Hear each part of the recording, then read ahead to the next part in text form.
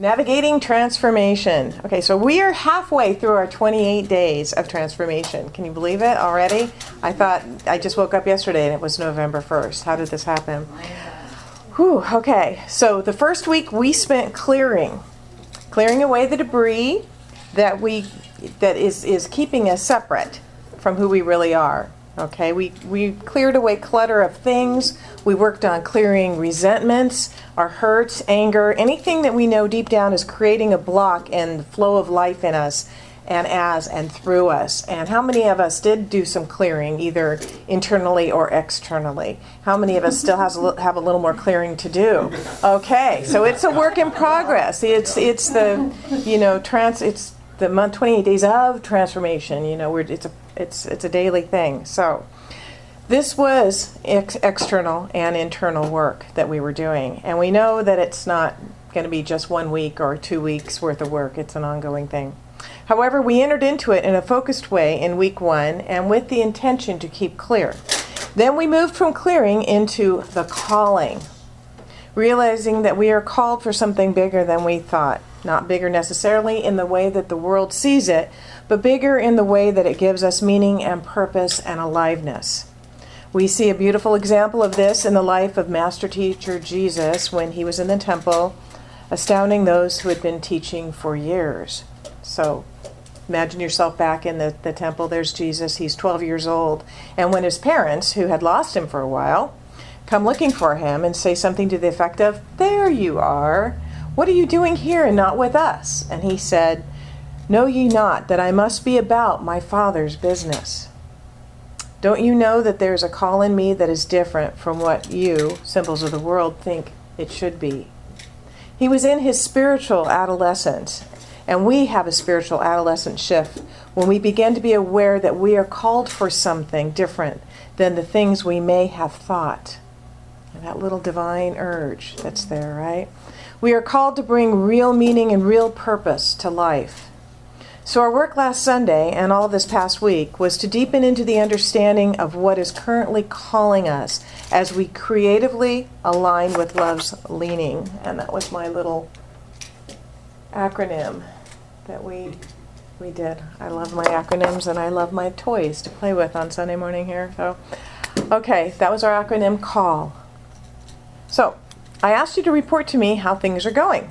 How many of you feel that you are faithfully listening to your call and that you can tell that the call has been dialing your number for some time now, but maybe you realize that you haven't been home? Anybody gotten that feeling that they've been getting that divine urge, that call, that nudge? Yeah. When we begin to be consistent with our daily affirmations, our blessings, right, and our meditations, we find ourselves paying attention to those calls that we may have been missing before. Remember, God hasn't gone anywhere. We're the ones who have moved, perhaps out of the connectivity range. Can you hear me now? Right? God can always hear you, but maybe we're not getting it. It's up to us to get that signal being really strong again. So that's where we've been. And today we're going to talk about a place we sometimes arrive at as transformation begins to happen in us. As we experience the newness of a transformed life, we may not be completely comfortable in our own skin. Anybody feel that at times? We may not quite yet know how to navigate life in this new way. As I was preparing this talk, I wanted to give us a perspective from which we can understand this time of transition. I wanted to provide a framework for understanding the seeming gap between living from who we thought we were to living to who we really are. To learn who we are without our story or without our history, and to live from the powerful expressions of God that we are. Now, I'm not a big sports fan, but I'm married to one. So Rich was very instrumental and helpful in this portion of the talk because I was looking for a great analogy and one that would really work for navigating this transition. So this is with his help. He gave me this. He says, this is a good analogy. So for 3 years, Josh Donaldson played for the Oakland A's. And then in a moment, he was traded to another team. Suddenly, he's no longer an Athletic, but rather he's a Toronto Blue Jay. For 3 years, he's worn a green and white uniform. He knows all of the signs, he knows the players and their families, and he knows the back roads of Oakland. I'm kind of sorry about that, but and he knows how to get to the stadium. He has the keys to get into the deepest places of the stadium. He knows all the best restaurants in town, and he owned a home there. He may still own a home there. He was an Oakland Athletics tried and true, and suddenly a transformation has suddenly taken place, and now he's a Toronto Blue Jay. Imagine what it takes to go from thinking, I'm an Oakland A, to I'm a Toronto Blue Jay. What must be done? As you and I think about this, it has some reference to what it means for us as we recognize that a transformation has occurred. I am not who I thought I was. I was playing a role separate from God. I was playing the role that there is something wrong with me. I was playing the role that I don't have all that it takes. I was playing the role that I need to get my love or security out there. I was playing the role of being small. I was playing this role separate from God. Then we have a realization and a transformation takes place, and we begin to realize that we are not who we thought we are. We are not that role. We are not that being. It takes a while to catch up to that. You don't know all of the back roads here. You haven't read the playbook yet. You don't know where the right key is. You don't know what unlocks what. But if you are Josh Donaldson, you don't come out on game day in Toronto, sit in the dugout and say, I don't really feel like a Blue Jay yet. I still feel like an Athletic, so I can't really play today. Maybe someday I'll feel like a Blue Jay, and I'll play then, but I can't play today. There is no therapist in the dugout who's going to help Josh Donaldson feel like a Blue Jay. He just has to be one. He has to suit up and show up. He has to put on that uniform. There's something very empowering about that concept, so I want to say it again. He just has to suit up and show up.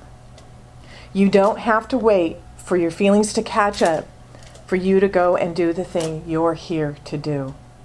You can't just assume you can. You just put on the gear. It really isn't different from what you've been wearing. It just may have a different image on it. You put it on because you step into it. You don't wait until you feel like it. You get a new perspective about it. And it really is all about putting things in perspective. To illustrate, a young woman went off to college. After being there a couple of semesters, she wrote to her parents this letter. Dear Mom and Dad, I'm sorry I haven't written lately, but all of my things were destroyed in a dorm fire. My eyes are almost completely healed now, and the doctor assures me that my lungs aren't permanently damaged from the smoke. I moved in with my boyfriend. I think you met Roy when you were down here for the parents' weekend. He's the one with the green hair and the safety pins on his nose. I know how much you wanted grandchildren, so you'll be happy to know that I'm expecting a baby at the end of summer. Then the letter goes on.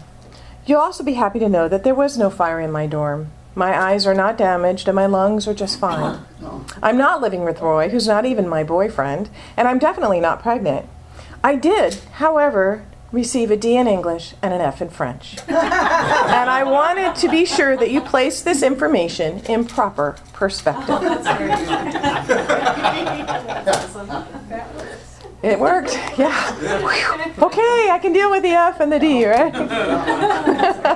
So just what does it mean to put things in proper perspective? In the New Testament, we find Paul writing about what proper perspective is. He calls it the mind of Christ. In Philippians, he writes, let this mind be in you, which was also in Christ Jesus. In The Science of Mind, Ernest Holmes writes, St. Paul said, we have the mind of Christ, which means that each one of us has immediate access to the intelligence of the universe.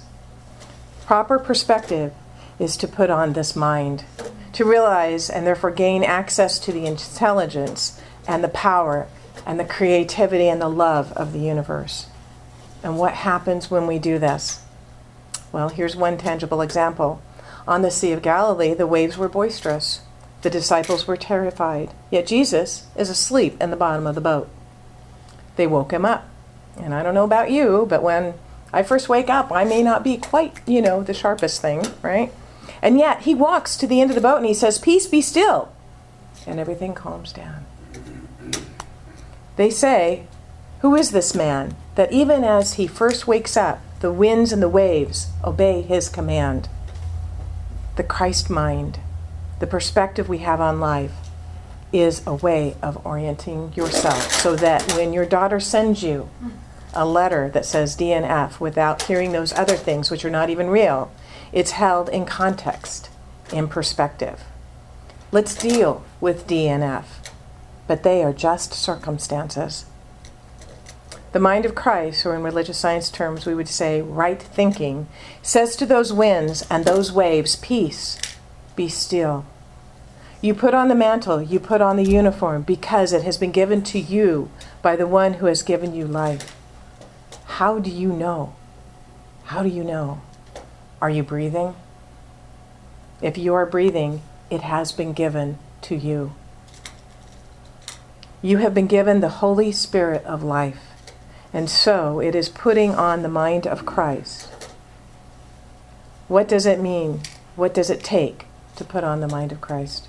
What does it take for Josh Donaldson to say, I'm not an Oakland Athletic, I'm a Blue Jay?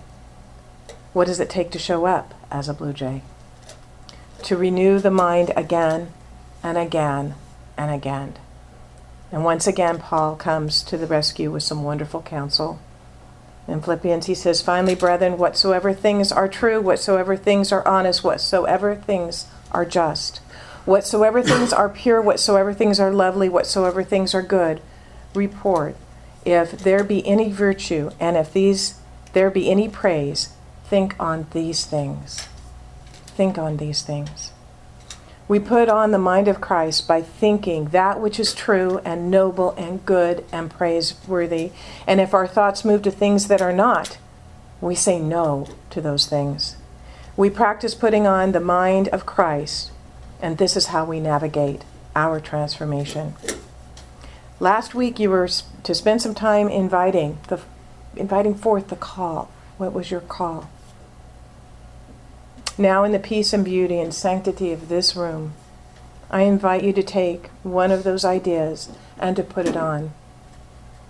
Put on the uniform of that call by visualizing yourself being that person. For example, see yourself being closer to a friend that maybe you've become separated from. See yourself forgiving someone who may have done you wrong. See yourself loving and being what it is you desire to experience. See yourself bringing light wherever you go.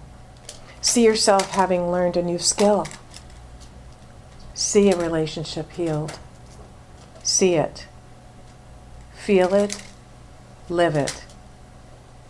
Make it so real in your mind that you can feel it.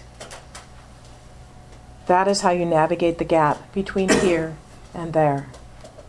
And in the process, there is one other thing to do, and that is to simply stand and trust the divine flow of life in, as, and through you to be your support, because you're not doing this alone. This will be your anchor to your foundation, and just stand in that. And so it is.